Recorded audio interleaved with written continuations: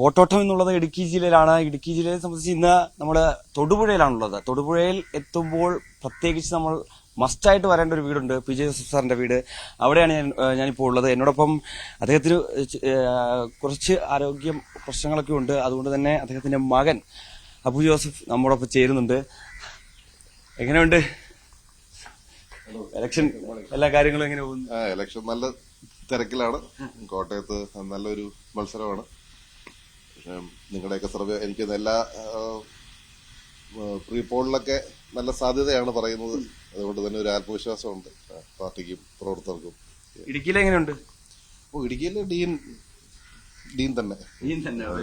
കഴിഞ്ഞ വർഷത്തെ ഭൂരിപക്ഷം മാർക്ക് കൂടുമെന്നുള്ളത് തീർച്ചയായിട്ടും. കഴിഞ്ഞ വർഷം കേരളത്തിലെ രണ്ടാമത്തെ വലിയ ഭൂരിപക്ഷമായിരുന്നു. രാഹുൽ ഗാന്ധി കഴിഞ്ഞാൽ ഇടുക്കിയിലായിരുന്നു ഡീന് ഏറ്റവും കൂടുതൽ ഭൂരിപക്ഷം. അതിൽ തന്നെ തൊടുപുഴയിൽ തന്നെ 37,000 വോട്ടിന്റെ ഭൂരിപക്ഷം ഉണ്ടായിരുന്നു. ഈ പ്രാവശ്യം തൊടുപുഴയിൽ ഒരു 50 കടത്താനാണ് ഞങ്ങളുടെ ശ്രമം. നമുക്കൊന്ന് പുറത്തേക്കൊന്ന് ഇറങ്ങി നമുക്ക് ഇതിന്റെ ഇവിടുത്തെ വിശേഷങ്ങളും കാര്യങ്ങളൊക്കെ ഒന്ന് നോക്കണം. കാരണം ഇവിടെ ഫാമുണ്ട്, ഒത്തിരി കൃഷിയിടങ്ങളൊക്കെ ഉണ്ട്. ഈ സമയത്ത് ഈ ഒരു പ്രവർത്തനമൊക്കെ നടക്കുന്ന സമയത്ത് എങ്ങനെ ഇതൊക്കെ നോക്കാൻ പറ്റുന്നേ? ഇതിന്റെ ഇടയ്ക്ക് ഇത് കുറച്ച് ബുദ്ധിമുട്ടാണ്. പക്ഷെ നമുക്കിവിടെ ചെയ്യാനുള്ള അത് മാനേജ് ചെയ്യുന്ന ആളുകളുണ്ട്. പക്ഷെ എന്നാലും ഇടയ്ക്ക് പോയി നോക്കും. അപ്ഷനുണ്ട് ഇവിടെ. എങ്ങനെയാ ഇവിടെ എന്തൊക്കെയുണ്ട്? നമുക്ക് ഈ ഭാഗത്ത് മെയിൻലി ഇതൊരു ഡയറി ഫാമാണ്. നമുക്കൊരു 100-110 പശുക്കളും കിടാക്കളും എല്ലാം കൂടെ ഒരു 110 പശുക്കളും കിടാക്കളും എല്ലാം കൂടെ ഉണ്ട്. പിന്നെ നമുക്ക് താഴെ ഈ പറഞ്ഞ തെങ്ങും ജാതിയും അതുപോലത്തെ മറ്റ് കൃഷി നമ്മളുണ്ട്. പിന്നെ റബ്ബറുണ്ട്. അങ്ങനെ എല്ലാ തരത്തിലും കൃഷി മൊത്തം വിപുലമായി ഉണ്ടല്ലേ. ഈ നമുക്ക് പഴയ കാലത്തിലേക്ക് പോവാം. അതായത് ചേട്ടന്റെ ഒരു ചെറുപ്പകാലത്തേക്ക് വരുന്ന സമയത്ത് അന്ന് ഇതുപോലെ പാർട്ടി പ്രവർത്തനവും മറ്റു കാര്യങ്ങളും ഒക്കെ ആയി പോകുന്ന സമയത്ത് അന്ന് എങ്ങനെയായിരുന്നു? എന്റെയൊക്കെ ചെറുപ്പകാലത്ത് അപ്പച്ചനെ ഞാനൊക്കെ അധികം ഒന്നും കണ്ടിട്ടില്ല. കാരണം അന്ന് അപ്പച്ചൻ വിവിധ മന്ത്രിസഭകളിലായിട്ട് 6-7 മന്ത്രിസഭകളിൽ അപ്പച്ചൻ എനിക്ക് മന്ത്രിയായിരുന്നു. അപ്പൊ നല്ല തിരക്കുള്ളൊരു രാഷ്ട്രീയക്കാരനായിരുന്നു. കൂടുതൽ സമയം ട്രിവാൻഡ്രത്തും ഒക്കെ ആയിരുന്നു. അപ്പൊ ഞാൻ എന്റെ ചെറുപ്പകാലത്ത് അങ്ങനെ അപ്പച്ചനെ വീക്കെൻഡ്സിലൊക്കെ വീട്ടിൽ വരുമ്പോഴൊക്കെ ഒക്കെ കണ്ടോണ്ടിരുന്നത്. അപ്പൊ ഞാന് ആ ഒരു രീതിയിലാണ് അപ്പച്ചനെ കണ്ടിട്ട്. അപ്പച്ചനാണ് എന്റെ ഒരു എന്താ പറയുന്നത് ഒരു പൊളിറ്റിക്സിലൊരു മാർഗദർശി എന്ന് പറയുന്നത് അപ്പച്ചൻ തന്നെയാണ്. അപ്പം ആദ്യം നമുക്ക് അറിയാം, തുടക്കകാലത്തൊന്നും അങ്ങനെ പൊളിറ്റിക്സിലേക്കൊന്നും ചേട്ടൻ അങ്ങനെ ഇറങ്ങിയിട്ടില്ലായിരുന്നു. പിന്നെ അടുത്ത സമയത്തായിരുന്നു ഇങ്ങനെ വരുന്നത്. അപ്പം എങ്ങനെയാ ഒരു പൊളിറ്റിക്സിലേക്ക് ഇറങ്ങിയപ്പോൾ ഉള്ളൊരു? അല്ല, അങ്ങനെ പൊളിറ്റിക്സ് എന്ന് പറഞ്ഞു കഴിഞ്ഞാൽ ഞാനൊരു ഒരു 10 വർഷത്തോളമായി പാർട്ടിയില് ഇപ്പം ആക്റ്റീവാണ്. ഇപ്പൊ ഞാൻ പാർട്ടിയുടെ ഹൈ പവർ കമ്മിറ്റി അംഗമാണ്. അതുപോലെ പാർട്ടിക്ക് ഒരു പോഷക സംഘടനയുണ്ട്, Kerala IT and professional Congress. അതിന്റെ സംസ്ഥാന പ്രസിഡന്റാണ്. അപ്പം ആ രീതിയിലൊക്കെ എന്നെ കൊണ്ട് കഴിയുന്ന രീതിയിൽ പാർട്ടി പ്രവർത്തനം ചെയ്യുന്നുണ്ട്. പാർട്ടിയിലെ കൂടുതൽ യുവജനങ്ങളെ പാർട്ടിയിലേക്ക് ആകർഷിക്കുക, പിന്നെ പാർട്ടി പ്രവർത്തനം എല്ലാ ജില്ലകളിലും അതൊക്കെ ഒന്ന് ഏകോപിപ്പിച്ച് കൊണ്ടുപോകാന്നൊക്കെ ഒരു എന്നെ കൊണ്ട് കഴിയുന്ന രീതിയിൽ ഞാൻ ശ്രമിക്കുന്നുണ്ട്. നമുക്ക് ഈ ഫാമിലേക്ക് ഒന്ന് പോയാലോ? ഫാമിലൊക്കെ പോയിട്ട് ഇതിന് നോക്കുന്നതിന് വേണ്ടി കുറെ ആളുകളുണ്ടല്ലേ? കുറച്ച് ആളുകൾ ഉണ്ടായിരിക്കും അല്ലെ? മൊത്തം ഏകദേശം 110ഓളം ഉണ്ട്. 3 ബസ്സിലായിട്ടാണ് ഇവിടെയാണ്. ഇതായിരുന്നു ആദ്യത്തെ തൊഴുത്ത്. ആദ്യം ഇതിൽ നിന്നാണ് തുടങ്ങിയിരുന്നല്ലേ? പിന്നീട് ഇങ്ങോട്ടൊക്കെ. അതെ. ഇത് ഏതൊക്കെ ഇനം പശുക്കളാണ്? ഇതിപ്പം പല ഇനങ്ങളുണ്ട്. കൂടുതലും HF എന്ന് പറഞ്ഞ നമ്മൾ ഈ കറുപ്പും വെളുപ്പും കളറുള്ള പശുക്കളുണ്ട്. അതാണ് HF, ഹോൾസ്റ്റൈൻ ഫ്രീഷ്യൻ എന്ന് പറയും. അല്ല, കൊമ്പ് പശുവിന്റെ കൊമ്പ് നമ്മള് കിടാവായിരുന്ന സമയത്ത് അത് കരിച്ചു കളയുന്ന. എല്ലാ പശുക്കൾക്കും കൊമ്പുണ്ട്. അതെന്തുകൊണ്ടാണ് അങ്ങനെ ചെയ്യുന്നത്? അത് അങ്ങോട്ടും ഇങ്ങോട്ടും കുത്തുകൂടാതിരിക്കാനും ഒക്കെയാണ്. അത് നമ്മള് ഈ എല്ലാ പശുക്കളും കൊമ്പുണ്ട്. നമ്മളത് ചെറുതായ സമയത്ത് നമ്മളത് കൊമ്പ് കരിച്ചു കളയും. അപ്പൊ ഇത് HF എന്ന് പറഞ്ഞാൽ ഹോൾസ്റ്റൈൻ ഫ്രീഷ്യൻ എന്ന് പറയുന്നത് ആ ബ്രീഡ്. പിന്നെ നമുക്ക് ജേഴ്സി ഉണ്ട്. പിന്നെ ഇന്ത്യൻ ബ്രീഡുകൾ കുറെ ഉണ്ട്. നമ്മുടെ താർപാർക്കർ, അതുപോലെ സഹിവാള് എന്നൊക്കെ പറഞ്ഞ ബ്രീഡുകളുണ്ട് പലത്. മറ്റ് കൃഷി മറ്റു കൃഷിയിടങ്ങളിലേക്കൊക്കെ പോകുമ്പോഴത്തേക്ക് അതെങ്ങനെയാ? ഈ സാറ് നേരത്തെ ഈ ആരോഗ്യ ഇരിക്കുന്ന സമയത്തൊക്കെ കൃത്യമായിട്ട് ഇവിടേക്കൊക്കെ ഇറങ്ങി രാവിലെ ഇറങ്ങി കൃഷിയൊക്കെ നോക്കാറുണ്ടായിരുന്നു? പക്ഷെ ഇപ്പോഴും നോക്കും. ഇപ്പോഴും കൃഷി അപ്പച്ചന്റെ ഒരു പാഷനാണ്. അത് അന്നും ഇന്നും ഒക്കെ അപ്പച്ചൻ നല്ലപോലെ ചെയ്യുന്നുണ്ട്. പിന്നെ പഴയ പോലെ അത്രയും ആക്റ്റീവായിട്ട് ഇറങ്ങുന്നില്ലെന്നേ ഉള്ളു. പക്ഷെ ഇപ്പോഴും അപ്പച്ചൻ കൃഷി നോക്കുന്നുണ്ട്. ഇനി പെറ്റ്സ് കുറെ ഉണ്ടല്ലേ? പെറ്റ്സ് ഇപ്പൊ ആക്ച്വലി കുറഞ്ഞതാണ്. പണ്ട് നമുക്ക് ഇതിൽ കൂടുതൽ ഉണ്ടായിരുന്നു.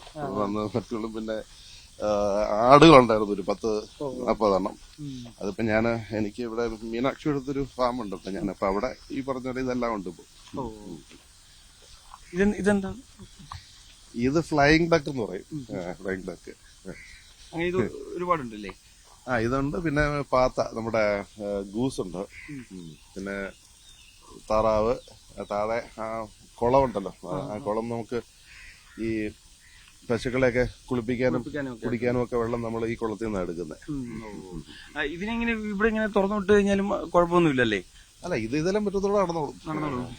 നമുക്ക് കുറച്ച് രാഷ്ട്രീയത്തിലേക്ക് വരുമ്പോഴത്തേക്ക് കോട്ടയത്താണ് പ്രധാനമായും നമ്മൾ നോക്കേണ്ടത്. കാരണം 2 കേരള കോൺഗ്രസ് തമ്മിലുള്ള ഒരു മത്സരമാണ്.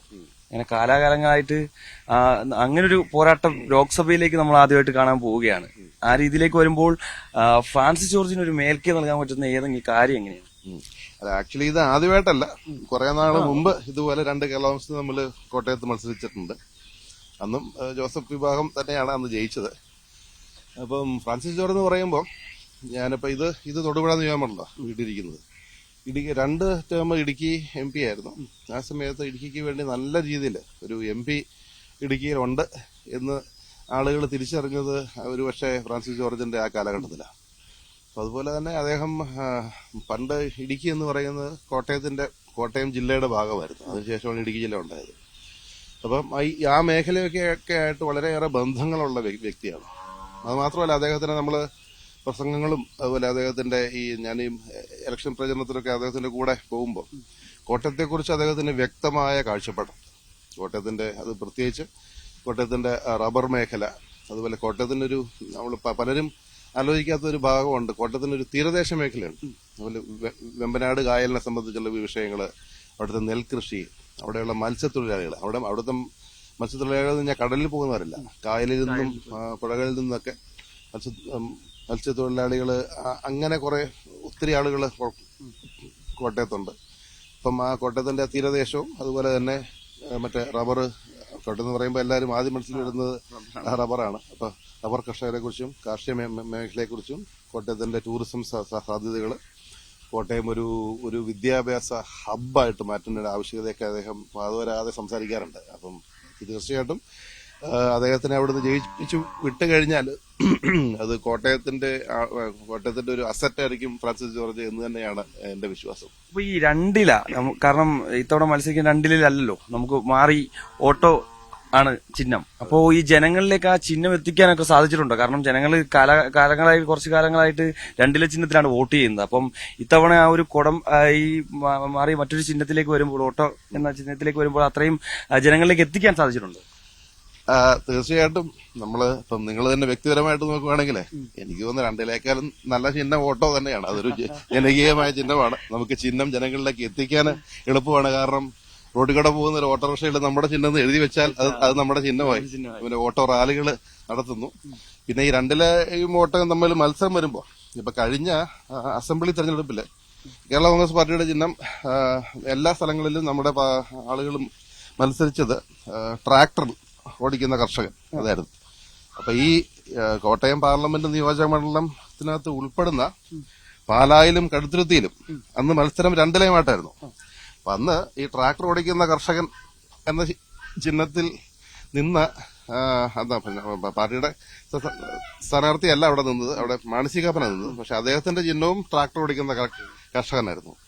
അപ്പൊ ഈ പാലായിലും കടുത്തുരുത്തിയിലും ട്രാക്ടർ ഓടിക്കുന്ന കർഷകൻ 2 അന്ന് തോൽപ്പിച്ചതാണ്. അപ്പം 2 എന്നത് ഈ ചിഹ്നം എന്ന് പറയുന്നത് നമ്മള് അടിസ്ഥാനപരമായിട്ട് പണ്ട് കാലത്തൊക്കെ എഴുത്തും വായനയും അറിയാതിരുന്ന കാലത്ത് ആളുകൾക്കൊരു വിഷ്വൽ കൊടുക്കാൻ വേണ്ടിയാണ് ചിഹ്നം വെച്ചിരുന്നത്. ഇന്ന് കോട്ടയം എന്ന് പറയുന്ന 100% സാക്ഷരതയുള്ള ഒരു ജില്ലയാണ്. അതുപോലെ പിറവാണെങ്കിലും വലിയ മോശമില്ല.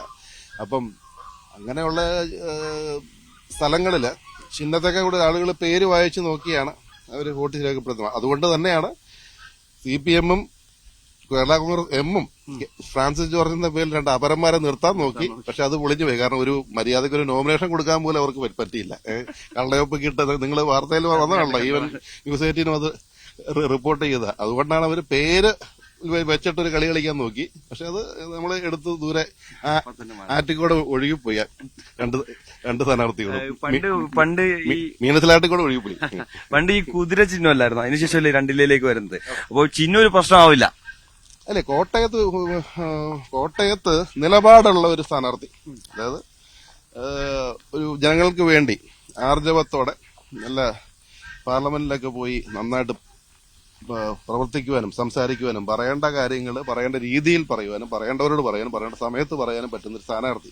അതാണ് കോട്ടയംകാരുടെ ആവശ്യം. ഇപ്പൊ ഫ്രാൻസിസ് ജോർജിന്റെ പഴയ പാർലമെന്റ് പ്രസംഗങ്ങളൊക്കെ നിങ്ങൾ കാണുവാണെങ്കിൽ അദ്ദേഹം വളരെ ഒരു പറയുന്ന കാര്യങ്ങൾക്ക് അത് പഠിച്ചിട്ട് പാർലമെന്റിൽ പോകുന്ന ഒരു MP ആണ്. പഴയ പല സ്പീക്കർമാരും ഒക്കെ അവരുടെ ആത്മകഥയിലൊക്കെ അവരുടെ കാലഘട്ടത്തിൽ നല്ല പെർഫോമൻസ് കാഴ്ചവെച്ച MP-മാരുടെ ലിസ്റ്റില് എപ്പോഴും ഫ്രാൻസിസ് ജോർജിന്റെ പേരുണ്ട്.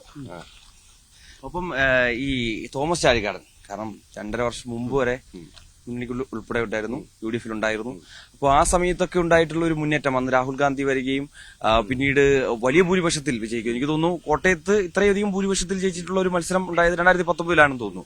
അപ്പോൾ ആ ഒരു ഭൂരിപക്ഷം ചാഴിക്കാടൻ ഉണ്ടാക്കി വെച്ചിരിക്കുന്ന ആ ഒരു ഭൂരിപക്ഷം അത് മറികടക്കുക എന്നുള്ളത് വലിയ വെല്ലുവിളി തന്നെയാണ്. കാരണം ഇത്തവണ ഇങ്ങോട്ട് വരുമ്പോൾ നമ്മൾ കേരള കോൺഗ്രസ് വീണ്ടും പിളരുന്നു, 2 വിഭാഗങ്ങളായി നിന്ന് നേർക്കുനേർ വരുന്ന ഒരു സാഹചര്യം ഉണ്ടാകുന്നു. അപ്പോൾ എങ്ങനെയായിരിക്കും ഈ ഒരു മത്സരത്തിൽ ഫ്രാൻസിസ് ജോർജിന് ഒരു മുൻതൂക്കം വരാൻ പോകുന്നു? നമ്മളെ കോട്ടയത്തെ കുറിച്ച് പറയുമ്പോൾ കോട്ടയം പാർലമെന്റിൽ ഏറ്റവും കൂടുതൽ വികസനം നടന്നിട്ടുള്ളത് UPA ഗവൺമെന്റ് കാലത്താണ്. അന്ന് കൊണ്ടുവന്ന പല പദ്ധതികളും നമ്മളവിടെ ഉദാഹരണം എടുക്കുകയാണെങ്കിൽ സയൻസ് സിറ്റിയൊക്കെ അന്ന് വന്നതാണ്. പക്ഷെ അതിനുശേഷം ഈ ഒരു ഡെവലപ്മെന്റും ആ മണ്ഡലത്തിൽ വന്നിട്ടില്ല. സോ ഒരു MP എന്ന രീതിയിൽ കഴിഞ്ഞ 5 വർഷക്കാലം തോമസ് ചാഴികാടന്റെ പ്രവർത്തനം നമ്മൾ ഒന്ന് വിലയിരുത്തുവാണെങ്കിൽ കാര്യമായിട്ടൊന്നും അദ്ദേഹത്തിന് അവർ ഫണ്ടൊക്കെ 100% വിനിയോഗിച്ചു എന്ന് പറയുന്നത് അവര് ഫ്ലെക്സ് അടിച്ച് ഇപ്പൊ എല്ലാ MP-മാരും എല്ലാ ടേമിലും അവർക്ക് കിട്ടുന്ന ഫണ്ട് 100% വിനിയോഗിക്കാറുണ്ട്. അപ്പൊ മറ്റ് വികസനങ്ങളൊന്നും ഇല്ലാത്തതുകൊണ്ടാണ് ഫ്ലെക്സ് അടിച്ചിട്ട് 100% ഫണ്ട് വിനിയോഗിച്ച ഒന്നാമൻ എന്നൊക്കെ പറഞ്ഞ് അവർക്ക് ചെയ്യേണ്ടി വന്നത്. ഫ്ലെക്സ് അടിക്കുവാണെങ്കിൽ നമ്മളെ മണ്ഡലത്തിൽ പുതിയ കാര്യങ്ങൾ എന്തെങ്കിലും ചെയ്തു എന്ന ഫ്ലെക്സ് അടിക്കേണ്ടത്. ഇത് 100% MP ഫണ്ട് വിനിയോഗിച്ചു എന്നുള്ളതാണ് അദ്ദേഹം എടുത്തു കാണിക്കുന്ന ഏക ഒരു മേന്മ. അത് തന്നെ നമ്മളിപ്പം വിവരാവകാശം വെച്ച് നോക്കുവാണെങ്കിൽ ഇപ്പൊ ഡീൻ കുര്യാക്കോസ് ഇടുക്കിയില് അദ്ദേഹം എക്സിസ്റ്റിംഗ് ഫണ്ട് മാത്രമല്ല ഒരു 2-3 കോടി അവർ അഡ്വാൻസ് ചെയ്ത് ഭരണാനുമതിക്ക് വേണ്ടി സബ്മിറ്റ് ചെയ്തിട്ടുണ്ട്. അതുപോലെ തന്നെ പ്രേമചന്ദ്രന്, അതുപോലെ നമ്മൾക്ക് ഇതുകളെ വിവരാവകാശം നോക്കിക്കഴിഞ്ഞാൽ ശശി തരൂര്. അപ്പം ഈ കഴിഞ്ഞ പ്രാവശ്യം അദ്ദേഹത്തിന് കിട്ടിയ ഭൂരിപക്ഷം എന്ന് പറയുന്നത് അതായത് ഐക്യജനാധിപത്യ മുന്നണി നിന്ന് കിട്ടിയ ഭൂരിപക്ഷം. ഇപ്പൊ കോട്ടയത്ത് 7 അസംബ്ലി നിയോജക മണ്ഡലങ്ങളുണ്ട് കോട്ടയത്തിന്റെ കീഴില്, പിറവം ഉൾപ്പെടെ. പിറവം എറണാകുളം ജില്ലയിലാണ്, ബാക്കി 6 കോട്ടയം ജില്ലയില്. ആ 7-ല് 6 അതായത് പിറവം, പാല, കടുത്തുരുത്തി, പുതുപ്പള്ളി, അതുപോലെ ഒന്നുകൂടെ ഉണ്ടല്ലോ കോട്ടയം 5 നിയോജക മണ്ഡലങ്ങളും UDF MLA-മാര് ജയിച്ചു നിൽക്കുന്നതാണ്. അത് ഒരു വലിയ ഇടത് തരംഗത്തില് 99 സീറ്റ് ഇടതുപക്ഷ മുന്നണി ജയിച്ച ആ ഒരു തെരഞ്ഞെടുപ്പില് ഈ പറയുന്ന 5 സീറ്റും 7-ൽ 5ഉം UDF ജയിച്ചു നിൽക്കുന്ന ഒരു പാർലമെന്റ് നിയോജക മണ്ഡലമാണ്. അപ്പൊ അത് തന്നെ UDF-ന് ഒരു വലിയ സാധ്യതയാണ് കോട്ടയം ജില്ല. അതുകൊണ്ട് തന്നെയാണ് ഈ സർവേയിലൊക്കെ നമ്മൾ ഇതുപോലത്തെ റിസൾട്ടുകൾ കാണുന്നത്. ജനങ്ങൾ എപ്പോഴും കോട്ടയത്തെ ജനങ്ങൾ എന്നും UDF-ന്റെ കൂടെ നിൽക്കുന്ന ജനങ്ങളാണ്.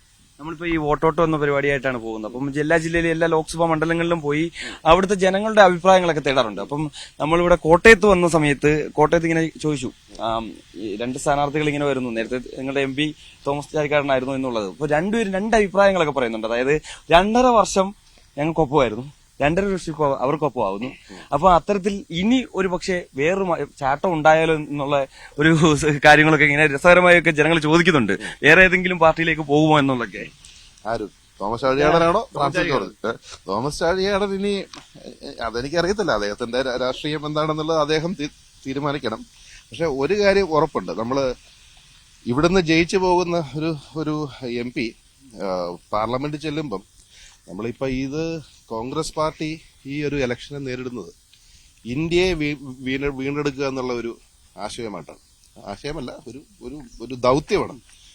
കാരണം ഇനി ഒരിക്കൽ കൂടി NDA അവിടെ അധികാരത്തിൽ വന്നു കഴിഞ്ഞാൽ നമ്മളിനി ചിലപ്പോൾ ഒരു ഇലക്ഷൻ പോലും കാണുമെന്ന് നമ്മൾക്ക് സംശയമുണ്ട്. കാരണം ഇപ്പോൾ നമ്മുടെ രാജ്യം പോകുന്ന ഒരു ദിശ അത് വളരെ നമുക്ക് ഒരു ഭീതിജനകമാണ്. നമുക്ക് എന്താണ് ഈ സംഭവിക്കാൻ പോകുന്ന ഒരു ആശങ്കയുണ്ട്. അപ്പൊ ഇന്ത്യയെ വീണ്ടെടുക്കാൻ വേണ്ടി ഇന്ത്യ മുന്നണി ഇങ്ങനെ ഒരു വലിയ ഒരു ദൗത്യമായി മുന്നോട്ട് പോകുമ്പം നമ്മൾ കണ്ടതാണ്. ഇപ്പം മുംബൈയിലെ ഭാരത് ജോഡോ യാത്രയുടെ സമാപന സമ്മേളനത്തിൽ നിന്ന് CPM വിട്ടു നിന്നു.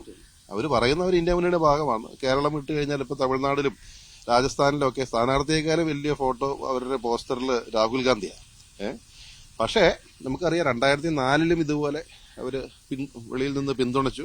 അവര് 2008 പിന്തുണ പിൻവലിച്ച് BJPയുടെ കൂടെ ചേരാൻ നോക്കിയ ഒരു എന്താ പറയുന്നത് കക്ഷികളാണ് ഈ ഇടതുപക്ഷത്ത് നിൽക്കുന്നത്. അപ്പം കേരളത്തിൽ നിന്ന് തീർച്ചയായിട്ടും ഇന്ത്യയെ വീണ്ടെടുക്കുവാൻ വേണ്ടി 20 സ്ഥാനാർത്ഥികളും UDF നിന്ന് ജയിക്കേണ്ടത് അത് നമ്മുടെ കേരളത്തിന്റെ ആവശ്യമാണ്, നമ്മുടെ ജനങ്ങളുടെ ആവശ്യമാണ്, നമ്മുടെ ഭാവി തലമുറയുടെ തന്നെ ആവശ്യമാണ്. അപ്പം NDAയുടെ സ്ഥാനാർത്ഥി തുഷാർ വെള്ളാപ്പള്ളി ഏറ്റവും ഒടുവിലാണ് അദ്ദേഹത്തിന്റെ ആദ്യമൊക്കെ ഇപ്പൊ പറഞ്ഞു കേട്ടിരുന്നു അദ്ദേഹം നേരത്തെ വയനാട്ടിൽ തന്നെ മത്സരിക്കുമെന്നൊക്കെ പറഞ്ഞു. പക്ഷെ പിന്നീട് കോട്ടയത്തേക്ക് തന്നെ മാറുന്നു. കാരണം കോട്ടയത്ത് കൂടുതൽ പിന്തുണ ലഭിക്കുന്നുണ്ട് എന്നുള്ളൊരു വിലയിരുത്തലിന്റെ അടിസ്ഥാനത്തിലൊക്കെയാണെന്നാണ് അവർ പറയുകയും ചെയ്യുന്നത്. അങ്ങനെ നോക്കുമ്പോൾ അവർ പ്രധാനമായും ഊന്നൽ നൽകുന്നത് ഈ റബ്ബർ വിലയുടെ താങ്ങുവില അത് 250 രൂപയാക്കുക എന്നുള്ളൊരു ലക്ഷ്യത്തോടു കൂടിയാണ്. അതിനുവേണ്ടി പ്രധാനമന്ത്രിയെ നേരിൽ കണ്ട് അതിനുവേണ്ടിയുള്ള ഇടപെടലുകൾ നടത്തുന്നു എന്ന് പറയുന്നത്. അതായത് കൃത്യമായി പ്രധാനമന്ത്രിയിലേക്ക് എത്തിക്കാൻ തുഷാർ വെള്ളാപ്പള്ളിയെ കൊണ്ടേ സാധിക്കൂ എന്നുള്ളൊരു കാര്യമാണ് അവർ ജനങ്ങൾക്ക് മുമ്പിലേക്ക് വെക്കുന്നത്. അപ്പൊ അതെങ്ങനെയായിരിക്കും? 10 വർഷം ഭരിച്ചിട്ട് ഈ റബ്ബറിന് വേണ്ടി ഒന്നും ചെയ്യാത്ത ആളുകൾ ഈ അവസാന നിമിഷം പോയിട്ട് ഞങ്ങൾ ഇനി അധികാരത്തിൽ വന്ന റബ്ബറിന് വില കൂട്ടും എന്നൊക്കെ പറയുന്നത് വെറും ഒരു പാഴ് വാക്കുകളാണ് ഞാൻ കാണുന്നുള്ളൂ. അതുപോലെ ഈ ഇടതുപക്ഷ ജനാധിപത്യ മുന്നണിയാണെങ്കിലും ഐക്യജനാധിപത്യ മുന്നണി ഞങ്ങളുടെയൊക്കെ തെരഞ്ഞെടുപ്പ് പ്രകടന പത്രികയിൽ 250 രൂപ റബ്ബറിന് വില കൊടുക്കും അധികാരത്തിൽ വന്നാൽ. അത് അന്ന് കാർഷിക മേഖലയ്ക്ക് വേണ്ടി ഒരു തെരഞ്ഞെടുപ്പ് പ്രകടന പത്രിക ജനങ്ങൾ കണ്ടിരുന്നെങ്കിൽ തീർച്ചയായിട്ടും UDF മാത്രം കഴിഞ്ഞ വോട്ടില്ല. കാരണം അത് അത്രയും നല്ലൊരു പത്രികയാണ് അന്ന് ഉണ്ടാക്കിയത്. ശശി തരൂരിന്റെ നേതൃത്വത്തിൽ കേരളത്തിലെ 14 ജില്ലകളിലും പോയി ഉണ്ടാക്കിയതാണ്. അതിനകത്ത് കാർഷിക മേഖലയെ സംബന്ധിക്കുന്ന വിഷയങ്ങളിൽ 60ാമത്തെ പോയിന്റായിട്ടാണ് അന്ന് പറഞ്ഞിരുന്നത് റബ്ബറിന്റെ തറവില. അത് കണ്ടുകൊണ്ടാണ് ഇടതുപക്ഷ ജനാധിപത്യ മുന്നണിയും അവരും ഈ പറയുന്ന ഞങ്ങളും അധികാരത്തിൽ വന്നാൽ റബ്ബറിന് 250 രൂപ തറവില കൊടുക്കുമെന്ന് എന്ന് പറഞ്ഞിട്ട് അവരും ഇതിനെക്കുറിച്ച് ഒന്നും മിണ്ടിയില്ല. ഈ മാർക്കറ്റിൽ റബ്ബറിന് 170 രൂപ ഉണ്ടായിരുന്നപ്പം കഴിഞ്ഞ സർക്കാർ ഒഴിഞ്ഞു പോയപ്പം 170 രൂപ മാർക്കറ്റിലുള്ളപ്പം അവർ റബ്ബറിന് 170 രൂപ തറവില കൊടുത്തു. ഇപ്പം ഈ ഇലക്ഷൻ ഒരു മാസം മുമ്പ് കർഷകരെ കളിയാക്കുന്ന പോലെ ഒരു 10 രൂപ എന്ന് പറഞ്ഞാൽ നമ്മളിപ്പം ഈ ഭിക്ഷ അയച്ചു വരുന്ന ആളുകൾക്ക് പോലും ഇപ്പൊ 10 രൂപ കൊടുത്ത് അവർ തിരിച്ച് നമ്മുടെ മുഖത്തേക്ക് എറിയും. ആ 10 രൂപയാണ് ഇപ്പൊ അവർ കൂട്ടിയേക്കുന്നത്. അപ്പൊ ഈ റബ്ബറിനുള്ള വാഗ്ദാനം എന്ന് പറയുന്നത് പാലിച്ചിട്ടുള്ള ഏക സർക്കാർ എന്ന് പറയുന്നത് UDF സർക്കാരാണ്. നമ്മുടെ കേരളത്തില് റബ്ബറിന്റെ വില 70 രൂപയായിരുന്നപ്പം ഇന്ന് ഉമ്മൻചാണ്ടി സർക്കാരിന്റെ കാലത്ത് മാണി സാറ് PJ ജോസഫൊക്കെ മന്ത്രിസഭയിൽ ഉണ്ടായിരുന്ന സമയത്ത് അന്ന് 70 രൂപ റബ്ബറിന് വില ഉള്ളപ്പം തറവില 150 രൂപയാക്കിയ ഗവൺമെന്റാണ് UDF ഗവൺമെന്റ്. അതായത് ഇരട്ടിയിലധികം നഷ്ടം സഹിച്ചാണ് ഈ സാധാരണക്കാർക്ക് റബ്ബറിനുള്ള താങ്ങുവില പ്രഖ്യാപിക്കുകയും അതിനുള്ള തുക ബജറ്റിൽ വകയിരുത്തുകയൊക്കെ ചെയ്തത്. അപ്പം UDFന് ഇതിനെക്കുറിച്ച് ഒരു ധാരണയുണ്ട്. കർഷകർക്ക് വേണ്ടി എന്തെങ്കിലും ചെയ്യണമെന്നുണ്ട്, ചെയ്ത് കാണിച്ചിട്ടുമുണ്ട്. മറ്റുള്ളവർ പറയുന്നതൊക്കെ ഇപ്പൊ ഇലക്ഷൻ കാലത്ത് ഇറങ്ങുന്ന ഒരു സ്റ്റണ്ടായിട്ട് മാത്രം കൂട്ടിയാൽ മതി. ഇപ്പൊ ഈ സഭാ മേലധ്യക്ഷന്മാരൊക്കെ പറയുന്ന ഒരു കാര്യമുണ്ട്. അതായത് ഞങ്ങൾക്ക് താങ്ങുവില ഉറപ്പാക്കൂ എങ്കിൽ ഞങ്ങൾ നിങ്ങൾക്കൊപ്പം നിൽക്കാം. അതായത് ജോസഫ് പാംപ്ലാനി അടക്കമുള്ള സഭാ മേലധ്യക്ഷന്മാർ പറഞ്ഞൊരു കാര്യമാണ്. അതെങ്ങനെയാണ്? അല്ല, തീർച്ചയായിട്ടും സഭാ മേലധ്യക്ഷന്മാര് എപ്പോഴും സംസാരിക്കുമ്പോൾ അവർക്ക് രാഷ്ട്രീയത്തിന് അതീതമായിട്ട് അവർക്ക് കർഷകരുടെ വിഷയങ്ങൾ ഏറ്റെടുക്കുക എന്ന് പറയുന്നത്. കാരണം ഒരു നല്ല ശതമാനം ആളുകൾ, പ്രത്യേകിച്ച് മലബാറിലൊക്കെ ഈ ക്രൈസ്തവ സഭയിലുള്ള ആളുകൾക്ക് നല്ല ശതമാനം ആളുകൾ റബ്ബർ കൃഷിക്കാരാണ്. കൃഷിക്കാരുടെ വിഷയങ്ങളിൽ അവരുടെ ഒപ്പം നിൽക്കുന്നു എന്ന് മാത്രം അതിനൊരു വ്യാഖ്യാനമുള്ളൂ. അല്ലാണ്ട് ഇന്ന പാർട്ടിയാണ് സഭ അല്ലെങ്കിലും ഒരു പരിധിയിൽ കൂടുതലൊന്നും സഭയൊന്നും രാഷ്ട്രീയത്തിൽ ഇടപെടാറില്ല. കാരണം സഭയ്ക്ക് സഭയുടേതായ നിലപാടുകളുണ്ട്. കർഷകർക്കൊപ്പമാണ് എന്നും സഭയുടെ വിശ്വാസികളുടെ ഒപ്പം അവരുടെ വിഷയങ്ങളിൽ ഇടപെടുക എന്നതിലുപരി ഇപ്പം പിതാവിനൊക്കെ അങ്ങനെ ഒരു പ്രസംഗത്തിൽ അങ്ങനെ ഒന്ന് പറഞ്ഞു എന്നുള്ളതല്ലാതെ അങ്ങനെ ഒരു ഇങ്ങനെ രാഷ്ട്രീയ അതിനുശേഷം പിന്നീട് കൂടുതൽ നേതാക്കളെത്തി ഈ സഭാ മേലധ്യക്ഷന്മാരുമായി കൂടിക്കാഴ്ച നടത്തുന്നു, അങ്ങനെ ഉള്ള രീതിയിലേക്ക് പോകുന്നു. അത് രാഷ്ട്രീയമല്ലേ? രാഷ്ട്രീയം അങ്ങനെ ഒരു സ്റ്റേറ്റ്മെന്റ് വന്നു കഴിഞ്ഞാൽ എല്ലാവരും പോയി കാണും, ഞങ്ങളത് ചെയ്തു തരാന്നൊക്കെ പറയാൻ വേണ്ടി എല്ലാവരും പോകും.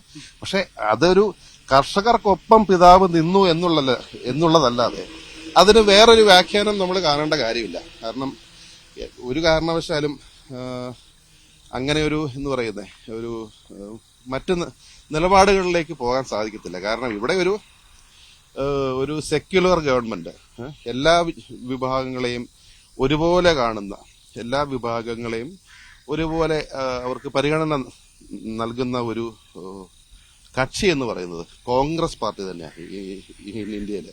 മറ്റേത് പാർട്ടി എടുത്താലും നമുക്കറിയാം അവർക്ക് അവരുടേതായ അജണ്ടകളുണ്ട്. ഇപ്പം പാല് എടുക്കാനുള്ള വണ്ടി വന്ന ഓക്കെ. അപ്പം കോൺഗ്രസ് പാർട്ടി മാത്രമാണ് നമുക്ക് ഇന്ത്യയിലെ ഒരു മതനിരപേക്ഷത എന്ന് പറയുന്നത് അത് ഏറ്റവും പ്രാവർത്തികമാക്കി നമ്മളെ കണ്ടാണ്. ഇന്ത്യക്ക് സ്വാതന്ത്ര്യം കിട്ടിയ സമയം തൊട്ട് ഇന്ത്യയാക്കുവാൻ കോൺഗ്രസ് പാർട്ടിക്കേ കഴിയത്തുള്ളൂ. മറ്റേത് പാർട്ടി വന്നാലും അവർക്ക് അവരുടേതായ രാഷ്ട്രീയപരമായും മതപരമായും ഒക്കെ ഉള്ള അജണ്ടകളുണ്ട്. അപ്പം ഈ സഭാ മേലധ്യക്ഷന്മാര് ഇപ്പൊ അവര് പറഞ്ഞത് നമ്മൾ അതുമായിട്ട് നമ്മൾ കൂട്ടിക്കുഴയ്ക്കണ്ട. അവര് കർഷകരുടെ വിഷയം ഏറ്റെടുത്തു. കർഷകരുടെ വിഷയത്തിന് പരിഹാരം കാണണമെന്നുള്ള നിലപാട് അത് തന്നെയാണ് കേരള കോൺഗ്രസ് പാർട്ടിയുടെ നിലപാട്. കർഷകരുടെ വിഷയങ്ങൾക്ക് പരിഹാരം കാണും. കാരണം ഇന്നും 60% കൂടുതൽ ആളുകൾ കേരളത്തിൽ കാർഷിക വൃത്തി ചെയ്ത് ജീവിക്കുന്നവരാണ്. ഇന്ന് കേരളം എന്ന് പറയുന്നത് നിങ്ങൾ എല്ലായിടത്തും ഒന്ന് കണ്ണോടിച്ചാൽ അറിയാം, കേരളം ഇന്ന് പലായനങ്ങളുടെ നാളായി മാറി. അത് പ്രത്യേകിച്ച് കാർഷിക മേഖലയിൽ ആളുകൾക്ക് പണ്ട് 3-4 ഏക്കറൊക്കെ ഉള്ള മനുഷ്യർക്ക് അവരുടെ സ്ഥലത്തു നിന്നും കിട്ടുന്ന ആദായം കൊണ്ട് അവർക്ക് കുട്ടികളെ പഠിപ്പിക്കാമായിരുന്നു, അവർക്ക് പെൺപിള്ളേരുടെ കല്യാണം കഴിപ്പിച്ച് വിടാമായിരുന്നു. നല്ല ഒരു സമൂഹത്തിൽ ഒരു വിലയുണ്ടായിരുന്നു, ഒരു ജീവിക്കാനുള്ള വരുമാനം കിട്ടുമായിരുന്നു. പക്ഷെ ഇന്ന് അതിൽ നിന്നും കിട്ടുന്ന വരുമാനം നമുക്ക് പോരാ. അതുകൊണ്ടാണ് ഇപ്പം ഒത്തിരി യുവജനങ്ങൾ ഇപ്പൊ +2 കഴിയുമ്പോഴേ കേരളം വിടുക, അവര് ഇന്ത്യക്ക് വെളിയിൽ പോവുക. കാരണം ഇവിടെ കൃഷി ചെയ്തിട്ട് രക്ഷയില്ല. നമ്മൾ കാർഷിക ഉൽപ്പന്നങ്ങൾക്ക് വിലയില്ല എന്ന് നമ്മൾ പറയുമ്പോഴും, ഒരു ഉദാഹരണം പറഞ്ഞു കഴിഞ്ഞാൽ ഇപ്പോൾ ഒരു കരിക്ക് നമ്മൾ ഹൈവേന്ന് മേടിക്കുമ്പം 55 രൂപയാണ്. അത് കർഷകന് പറമ്പിൽ കിട്ടുന്നത് എത്രയാണ്? 10 രൂപ, 15 രൂപ, മാക്സിമം 18 രൂപ കിട്ടും. അപ്പം ഇരട്ടിയിൽ കൂടുതൽ മാർജിനിലാണ് ഈ സാധനങ്ങളൊക്കെ നമ്മൾ കടയിൽ പോയി മേടിക്കുന്നത്. ഇപ്പം കുരുമുളകിന് 500 രൂപ അല്ലെങ്കിൽ ചിലപ്പോൾ 350 രൂപ താഴും, ചിലപ്പോൾ 1000 രൂപയാവും. ഈ 500 രൂപയും 350 രൂപയും 1000 രൂപ ഉള്ളപ്പോഴൊക്കെ കടയിൽ പോയി നമ്മളൊരു 200 ഗ്രാം കുരുമുളക് മേടിക്കുന്നതിന് ഒരു വില തന്നെയാണ്. അത് നല്ല ഹൈ ആയിട്ടാണ് വെക്കുന്നത്. അപ്പം അതുപോലെ നമ്മൾ ഇപ്പൊ ഏത്തപ്പഴത്തിന് ഓണം സമയത്ത് 75 രൂപ 80 രൂപ കിലോയ്ക്ക് വില വരും. ഒരു മാസം കഴിയുമ്പോൾ നേരെ ഇടിഞ്ഞ് 18 രൂപ 20 രൂപയാവും. നമ്മളൊരു ഹോട്ടലിൽ പോയി ഒരു ഏത്തക്കാപ്പം കഴിക്കണമെങ്കിൽ 15 രൂപ ഏത്തക്കാപ്പം കൊടുക്കണം.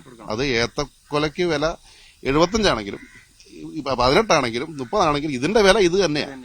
അപ്പം കാർഷിക ഉൽപ്പന്നങ്ങൾക്ക് വിലയില്ലാത്തതല്ല ഇവിടെ വിഷയം, കർഷകന് അവന്റെ പുരയിടത്തില് കാർഷിക ഉൽപ്പന്നങ്ങൾക്ക് വില കിട്ടുന്നില്ല ഉള്ളതാണ് വിഷയം.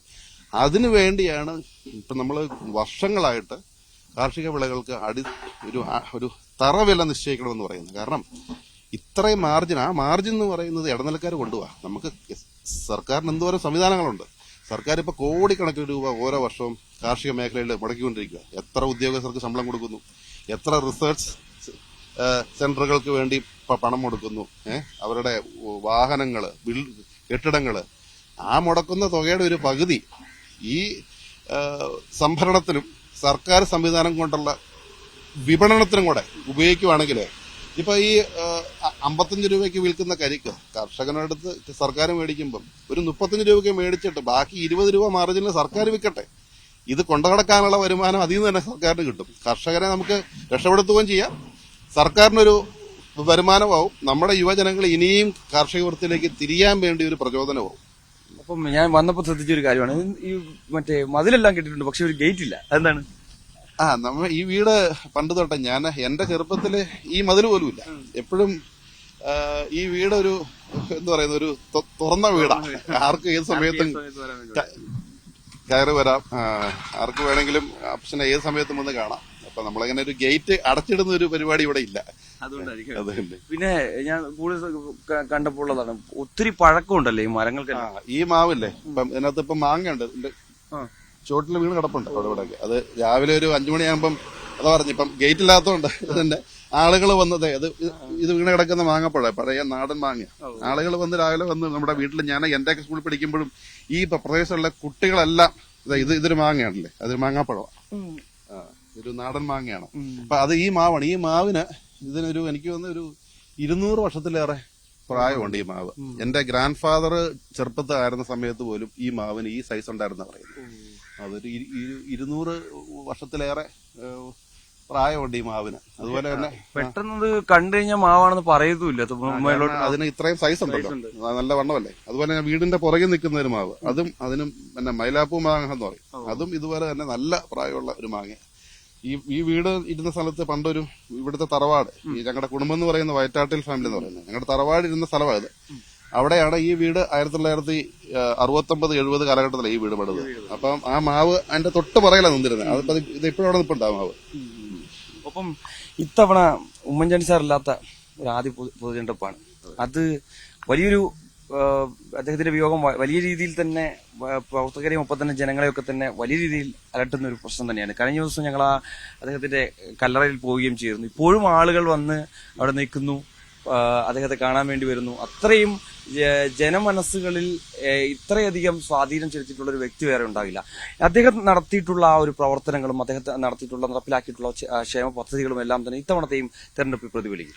തീർച്ചയായിട്ടും ഈ തവണത്തെ തെരഞ്ഞെടുപ്പിൽ ഉമ്മൻചാണ്ടി സാറിന്റെ അഭാവം തീർച്ചയായിട്ടും ഒരു വലിയ നഷ്ടം തന്നെയാണ്. പക്ഷെ ജനമനസ്സുകളിൽ ഇന്നും ഉമ്മൻചാണ്ടി വളരെ ദീപ്തമായി ജീവിച്ചുകൊണ്ടിരിക്കുക. കാരണം അദ്ദേഹത്തെ പോലെ ഒരു മുഖ്യമന്ത്രിയെ ഇനി നമുക്ക് കാണണമെങ്കിൽ നമുക്ക് ഒന്നിനും ഉണ്ടാവുമോ നമുക്കറിയത്തില്ല. കാരണം ഇത്രയേറെ കരുണയോടെയും കരുതലോടെയും ജനങ്ങളുമായിട്ട് ഇടപഴകിയിരുന്ന ഒരു മുഖ്യമന്ത്രി. ഇപ്പം തിരക്കിനിടയിലാണ് അദ്ദേഹം, നമ്മളൊക്കെ പല വീഡിയോ കണ്ടിട്ടുണ്ട്, ഫോൺ വിളിച്ചുകൊണ്ടിരിക്കുമ്പം ഒരു സാധാരണക്കാരൻ മുന്നിൽ പേപ്പറുമായിട്ട് അടുത്ത് വന്നു കഴിഞ്ഞാൽ ആ ഫോൺ മാറ്റി വെച്ചിട്ട് ആ പേപ്പർ എടുത്ത് നോക്കി ചെയ്യുന്ന ഒരു വ്യക്തി. അതുപോലെ അദ്ദേഹത്തിന്റെ ഈ പറയുന്ന പോലെ നമ്മുടെ വീട്ടിൽ ഗേറ്റില്ല എന്ന് പറഞ്ഞു, അദ്ദേഹത്തിന്റെ ബെഡ്റൂമിന് പോലും കഥയില്ലായിരുന്ന പറയുന്നത്. അതായത് നേരെ ആർക്ക് വേണം, അദ്ദേഹം അവിടെ തുണി മാറിക്കൊണ്ടിരിക്കുമ്പോൾ കൂടെ നിവേദനക്കാരുടെ കൂടെ നിന്നാണ് അദ്ദേഹം മുണ്ട് മാറിക്കൊണ്ടിരുന്നത്. ഇടയ്ക്ക് വെച്ച് പറയുന്ന കേട്ടിട്ടുണ്ടായിരുന്നു, ഷർട്ടില്ലാതെ വന്നിട്ട് അടുത്തേക്ക് കൂടെ. അതെ അതെ അതെ അതെ അങ്ങനെയൊക്കെ ഇതൊരു ജനകീയൻ എന്ന് നമ്മൾ പറയുമെങ്കിലും അതിന്റെ ഒരു പര്യായമായിരുന്നു ഉമ്മൻചാണ്ടി സാറ്. അപ്പൊ തീർച്ചയായിട്ടും അദ്ദേഹത്തിന്റെ ഓർമ്മകൾ ഇന്ന് ജനങ്ങളുടെ മനസ്സിൽ നല്ല ലൈവായിട്ട് നിൽക്കുകയാണ്. ഈ തെരഞ്ഞെടുപ്പിലും കോട്ടയത്തെ ഒരു വലിയ ഒരു ഫാക്ടർ ഉമ്മൻചാണ്ടി എന്ന വ്യക്തി തന്നെ. ഉമ്മൻചാണ്ടിയുടെ ഓർമ്മകൾ തീർച്ചയായിട്ടും UDF ഒരു വലിയ പ്രചോദനമാണ്. ഉമ്മൻചാണ്ടി സാറിന്റെ പേര് പറഞ്ഞാലും ഇപ്പോഴും UDF വോട്ട് വീഴുന്ന, അദ്ദേഹം അവിടെ ഫിസിക്കലി ആളവിടെ ഇല്ലെങ്കിലും അദ്ദേഹത്തിന്റെ ആ ഓർമ്മകൾ ഒരു ധാരാളം വോട്ടുകൾ UDF കൊണ്ടുവരുന്നുകൊണ്ട് അത് ഈ ഒരു തെരഞ്ഞെടുപ്പിൽ നമ്മൾക്കത് കാണുവാനും സാധിക്കും. ഒപ്പം നന്നായിട്ട് പാട്ട് പാടുന്നവരുണ്ട്. നമുക്ക് വേണ്ടി ഒരു പ്രേക്ഷകർക്കായിട്ടൊരു പാട്ട് പാടിയാലോ? പാട്ട് അപ്പച്ചനാണ്, അതറിയാം, അത് ഞങ്ങൾ കേട്ടിട്ടുണ്ട്, പലതവണ കേട്ടിട്ടുണ്ട്. ഞങ്ങളെയൊക്കെ ചെറുപ്പത്തില് പാട്ട് പഠിപ്പിച്ചത്, ഞങ്ങളെയൊക്കെ ഒത്തിരി പാട്ട് പഠിപ്പിക്കാറുണ്ട്. അപ്പം ആ ഒരു വണ്ടി വരുന്നുണ്ടെന്ന് അറിയിക്കാം. അപ്പൊ ഞാനൊക്കെ സ്കൂളിൽ പഠിക്കുന്ന സമയത്ത് ഞാനും എന്റെ പെങ്ങളും യമുന, അതുപോലെ എന്റെ ബ്രദർ ആന്റണി, അപ്പൊ ഞങ്ങള് എല്ലാവരും ഈ സംഗീതം പഠിക്കുക. ഞാനും സിസ്റ്ററും ശാസ്ത്രീയ സംഗീതം പഠിച്ചിട്ടുണ്ട്. കർണാട്ടിക് മ്യൂസിക് ഒരു 4 വർഷം 5 വർഷം ഞാൻ പഠിച്ചു. യമുന എനിക്ക് ഒരു 2 വർഷം കൂടെ കൂടുതൽ പഠിച്ചു. എന്റെ ബ്രദർ അവൻ തബല പഠിച്ചു. ഇപ്പൊ അവൻ നന്നായിട്ട് ഗിറ്റാർ വായിക്കും. അപ്പം എല്ലാരും ഒരു അത്യാവശ്യം സംഗീതമൊക്കെ ഉള്ളൊരു കുടുംബമാണ്. അപ്പച്ചൻ ഒത്തിരി പാട്ടുകൾ ഞങ്ങളെ പഠിപ്പിക്കും ചെറുപ്പത്തിൽ. അപ്പം അന്ന് അപ്പച്ചൻ പഠിപ്പിച്ച ഒരു പഴയ ഒരു ഹിന്ദി പാട്ടിന്റെ ഒരു സ്റ്റാൻസ പാടാം. ഇത് തലത് മഹബൂബ് എന്ന് പറഞ്ഞ ഒരു പഴയ സംഗീത സംവിധായകൻ ഹിന്ദിയിലെ തലത് മഹബൂബ്, അദ്ദേഹത്തിന്റെ ഒരു ജൽത്തെ ഹെ ജിസ്കെ ലിയെ എന്ന പാട്ട്.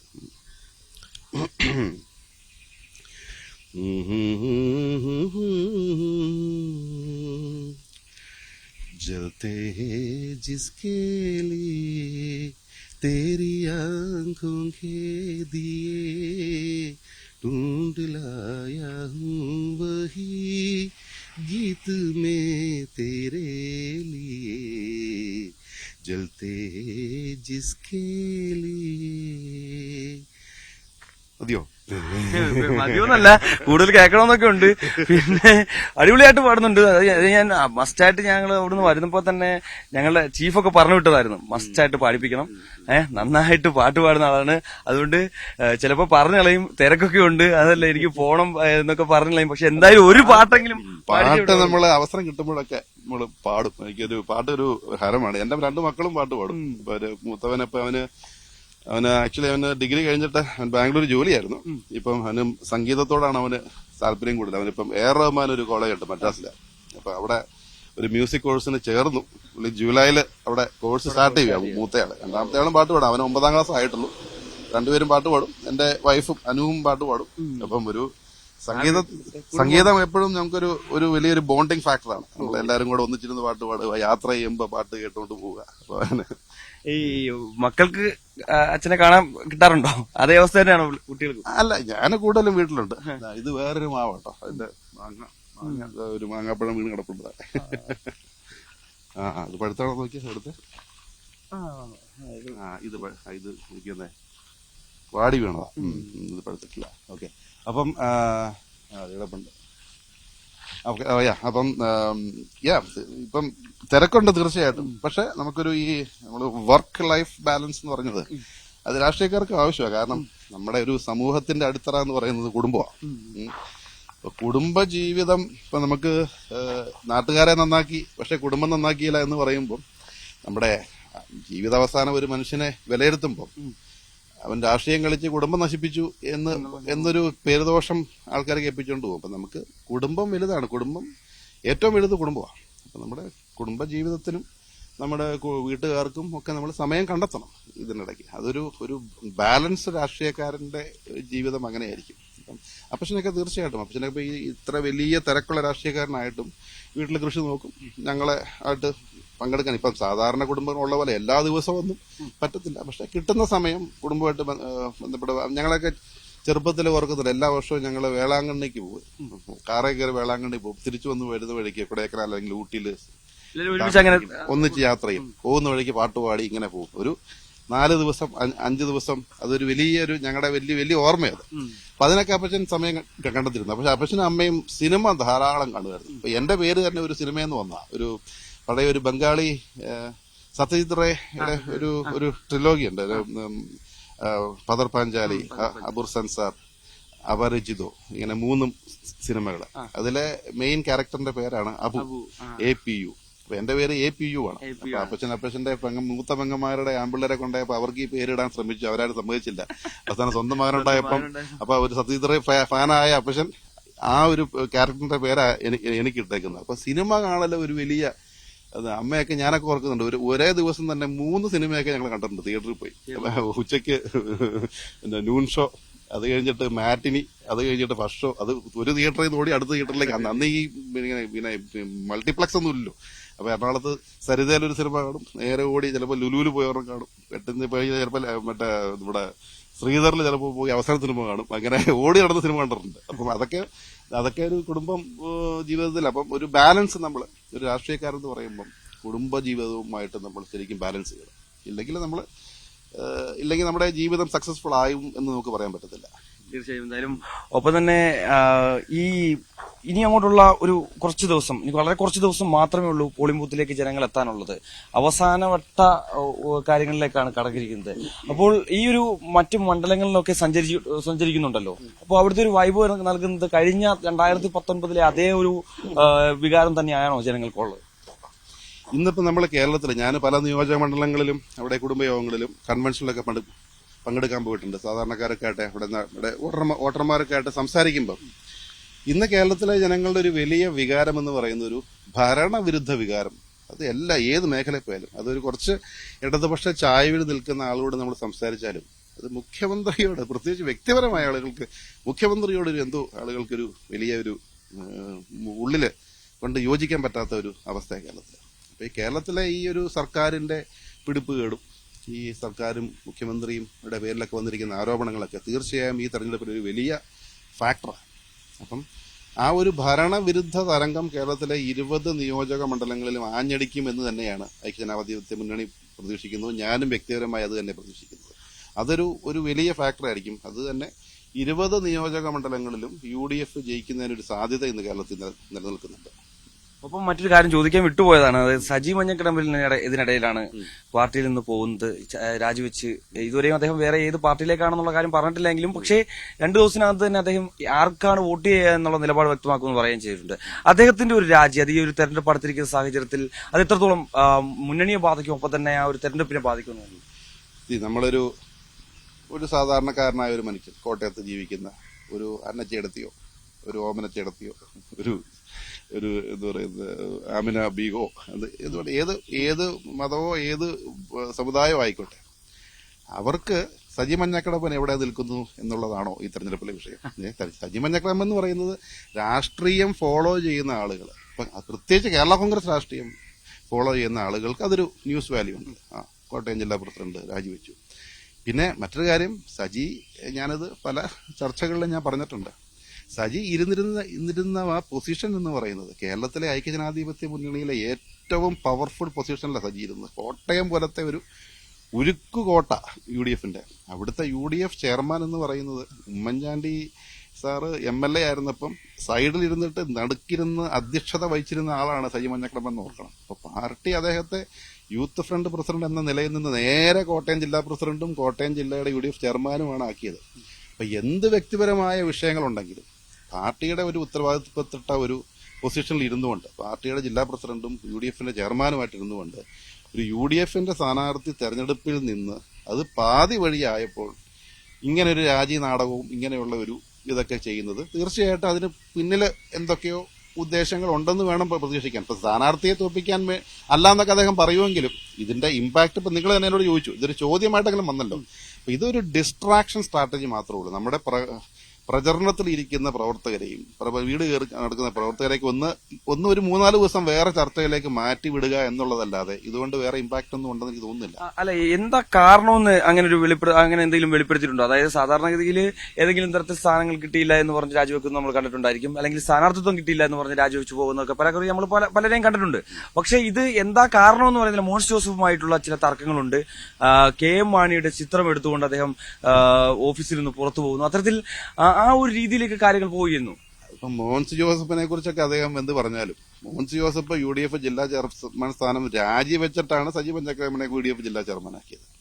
അതുപോലെ സജിയെ നമ്മള് കേരള കോൺഗ്രസ് എമ്മിൽ അദ്ദേഹം നിന്ന സമയത്ത് അവിടുത്തെ ഇന്നത്തെ നേതൃത്വവും അവിടുത്തെ പ്രവർത്തകരും അവിടുത്തെ ഒരു സൈബർ ഗാങ് ഒക്കെ ഉണ്ടായിരുന്നു. എല്ലാവരും വളഞ്ഞിട്ട് ആക്രമിച്ചിരുന്ന ഒരു വ്യക്തിയാണ് സജിയെ അവര് ഒരു രീതിയിലും നിലം തൊടാൻ സമ്മതിച്ചിട്ടില്ല. അദ്ദേഹത്തിന് പൂഞ്ഞാറ് സീറ്റ് വാഗ്ദാനം ചെയ്തിട്ട് അവസാന വർഷത്തിൽ അവിടെ ജോർജ് കുട്ടി അഗസ്തിയെ നിർത്തുന്നു.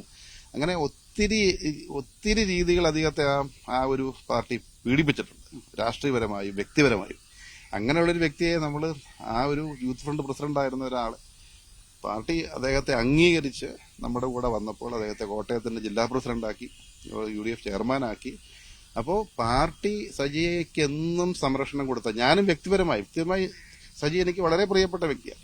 സജിയുടെ പല പ്രതിസന്ധി ഘട്ടങ്ങളിലും ഞാൻ തന്നെ വ്യക്തിപരമായി ഇടപെട്ട് പ്രശ്നങ്ങൾ പരിഹരിച്ചിട്ടുണ്ട്. പക്ഷെ ഇങ്ങനെ ഒരു നീക്കം അദ്ദേഹത്തിന്റെ ഭാഗത്തുനിന്ന് വന്നത് എന്നെയും ശരിക്കും പറഞ്ഞ് ഞെട്ടിച്ചു കളഞ്ഞു. അത് ഈ സമയത്ത് അദ്ദേഹം ചെയ്യരുതായിരുന്നു. പാർട്ടിയോട് കൂറുണ്ടെങ്കിൽ, കേരള കോൺഗ്രസ് പാർട്ടിയോട് കൂറുണ്ടെങ്കിൽ, അദ്ദേഹത്തോട് സ്നേഹമുള്ള പാർട്ടി പ്രവർത്തകരോട് അദ്ദേഹത്തിനോടൊരു കൂറുണ്ടായിരുന്നെങ്കിൽ കൂടെ നിന്നവരെയും പാർട്ടിയെയും വെട്ടിലാക്കുന്ന രീതിയിലുള്ള ഒരു പ്രവർത്തനത്തിലേക്ക് അദ്ദേഹം ഒരു കാരണവശാലും പോകാൻ പാടില്ലായിരുന്നു. പക്ഷെ നേരത്തെ പറഞ്ഞതുപോലെ ആ ഒരു പോക്കല്ല ജനങ്ങൾ മനസ്സിൽ തീരുമാനിച്ചു കഴിഞ്ഞു.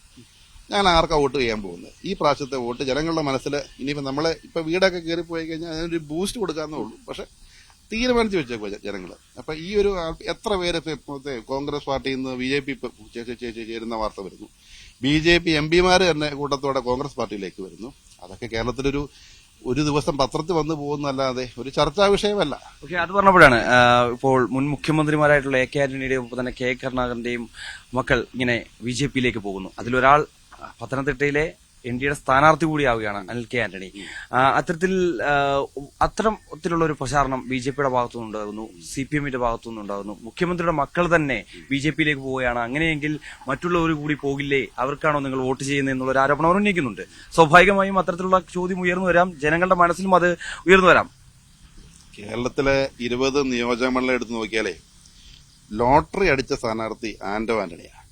ആന്റോ ആന്റണിക്കെതിരെ നിൽക്കുന്ന 2 സ്ഥാനാർത്ഥികളും, അപ്പൊ അത് തോമസ് ഐസക് ആയിക്കോട്ടെ അനിൽ ആന്റണി ആയിക്കോട്ടെ, അത് നോമിനേഷൻ കൊടുക്കുന്നതിന് മുമ്പ് തന്നെ ആന്റോ ആന്റണി ജയിച്ചു. അപ്പം അതൊന്നും ഒരു ഫാക്ടറല്ല. രാഷ്ട്രീയ നിലപാടുകൾ ഇപ്പം അത് AK ആന്റണി സാറ് തന്നെ പത്രസമ്മേളനത്തിൽ അദ്ദേഹം പറഞ്ഞല്ലോ, അദ്ദേഹത്തിന്റെ മതം എന്ന് പറയുന്നത് കോൺഗ്രസ് പാർട്ടി എന്ന് അദ്ദേഹം പറഞ്ഞു. അദ്ദേഹത്തിന്റെ പോലും പിന്തുണ സ്വന്തം മകനെ പരസ്യമായിട്ട് തള്ളിപ്പറയാൻ അദ്ദേഹം തയ്യാറായിട്ടുണ്ട്. അപ്പം അതൊന്നും ഒരു വലിയ ഇപ്പം കേക്കരടാറിന്റെ മോള് പോയെന്ന് പറഞ്ഞാലും ഒരു പോയി എന്ന് നമ്മൾ പറഞ്ഞാലും പോകാൻ വേണ്ടി അവർ പറയുന്ന കാരണങ്ങളൊന്നും ഒരു കാലത്തും ജനങ്ങളുടെ മുന്നിലൊന്നും അത് ജസ്റ്റിഫൈഡ് അല്ല. അതൊക്കെ സ്വാർത്ഥ താല്പര്യങ്ങൾക്ക് വേണ്ടി പോയി എന്നല്ലാതെ കോൺഗ്രസ് പാർട്ടിയോട് കൂറുള്ള ഒരു വ്യക്തിയും കോൺഗ്രസ് പാർട്ടി വിട്ടുപോകത്തില്ല. നമുക്ക് ഒരു ഭാഗ്യാന്വേഷികൾ എന്ന് പറയും. നമുക്ക് ഇവിടെ നിൽക്കുന്നതിനെ കൂടുതൽ പദവികളും ഈ പറയുന്ന ആളുകളൊക്കെ 26-ാം തീയതി കഴിഞ്ഞാൽ ഇവർക്കൊക്കെ കേരളത്തിൽ എന്താ വില? ഈ തെരഞ്ഞെടുപ്പ് കാലത്ത് ഒരു ന്യൂസ് ഉണ്ടാക്കാൻ വേണ്ടിയും തെരഞ്ഞെടുപ്പ് കാലത്ത് ഇതുപോലെ ഒരു വാർത്ത സൃഷ്ടിക്കാനും, ഞാൻ നേരത്തെ പറഞ്ഞല്ലോ, ഒരു ഡിസ്ട്രാക്ഷൻ UDF പ്രവർത്തകരെ മുന്നണിയാക്കി വന്ന് 1-2 ദിവസം തെരഞ്ഞെടുപ്പിൽ നിന്ന് വിട്ട് നിർത്തിക്കാനുള്ള ഒരു ഇതിന്റെ സ്ട്രാറ്റജിയുടെ ഭാഗമായിട്ട് ഇതൊക്കെ 26-ാം തീയതി കഴിഞ്ഞാൽ ഇവർക്കൊക്കെ BJP പാർട്ടിയിൽ എന്താ വില വരാൻ? അത് അവരെ കറിവേപ്പല പോലെ എടുത്ത് പുറത്തേക്ക് ഇടും. അവർക്ക് BJPക്ക് അവരുടേതായ പൊളിറ്റിക്കൽ അജണ്ടയുണ്ട്. BJPക്ക് അവരുടേതായ ഇപ്പൊ കേരളത്തിലുള്ള BJP പാർട്ടി തന്നെ എടുക്കുക. അവര് ഒറ്റയ്ക്ക് നിൽക്കുകയോ ഒരു നേതൃത്വമൊക്കെ ഉണ്ടെങ്കിൽ പണ്ടേ കേരളത്തിൽ BJP പച്ച പിടിച്ചേനെ. നമുക്കറിയാം, ഈ പാർട്ടി നമുക്കറിയാമല്ലോ കേരളത്തിൽ എങ്ങനെയാണ് അവർ ഫംഗ്ഷൻ ചെയ്യുന്നത്. അപ്പൊ ഇതൊക്കെ ഒരു ഇലക്ഷൻ സ്റ്റണ്ട് എന്ന് മാത്രമേ ഉള്ളൂ. ഇത് കഴിയുമ്പോഴത്തേക്കും അവർക്കും മനസ്സിലാകും പോയത് തെറ്റായി പോയെന്ന്. അപ്പൊ അവസാനമായിട്ട് ഇനി കുറച്ച് ദിവസങ്ങൾ മാത്രമേ ഉള്ളൂ പോളിംഗ് ബൂത്തിലേക്ക് എത്താൻ. ജനങ്ങളോട് എന്താണ് പറയാനുള്ളത്? ജനങ്ങളോട് ഒന്ന് മാത്രമേ പറയാനുള്ളൂ, ഇത് ഇന്ത്യയെ വീണ്ടെടുക്കുവാനുള്ള ഒരു തെരഞ്ഞെടുപ്പാണ്. ഈ തെരഞ്ഞെടുപ്പ് എന്ന് പറയുന്നത് നമ്മുടെയും നമ്മുടെ ഭാവി തലമുറയുടെയും നമ്മുടെ മാതൃരാജ്യത്തിന്റെയും നിലനിൽപ്പിന്റെ വിഷയമാണ്. കോൺഗ്രസ് പാർട്ടി പോലെ എല്ലാവരെയും ഉൾക്കൊണ്ടു പോകുന്ന, ഇപ്പൊ ഞാനൊരു ക്രിസ്ത്യാനിയാണ്. എന്റെ മതം എന്നെ പഠിപ്പിക്കുന്നത് നിന്നെ പോലെ നിന്റെ അയൽക്കാരനെ സ്നേഹിക്കുക. എന്റെ ഭാഷയും എന്റെ സ്കൂളിൽ പഠിക്കുമ്പോഴും എന്റെ മലയാളം എന്നെ പഠിപ്പിച്ചേക്കുന്നത് സ്നേഹമാണ് അഖിലസാരം ഊഴിയില്ല. എന്റെ സംസ്കാരവും എന്റെ രാജ്യവും എന്നെ പഠിപ്പിക്കുന്നത് ഒരു ഇൻക്ലൂസീവ്, എല്ലാവരെയും ഉൾക്കൊണ്ടു പോകുന്ന ഇന്ത്യ എന്ന് പറയുന്ന രാജ്യം, ഇന്ത്യയിലേക്ക് വന്ന് വീഴ എല്ലാ സംസ്കാരങ്ങളെയും എല്ലാ മതങ്ങളെയും എല്ലാ ജാതി ഒന്നുമില്ലാതെ എല്ലാവരെയും ഉൾക്കൊണ്ട് അബ്സോർബ് ചെയ്ത ഒരു രാജ്യമാണ്. ആ ഒരു ഡൈവേഴ്സിറ്റി തന്നെയാണ് നമ്മുടെ രാജ്യത്തിന്റെ ശക്തി.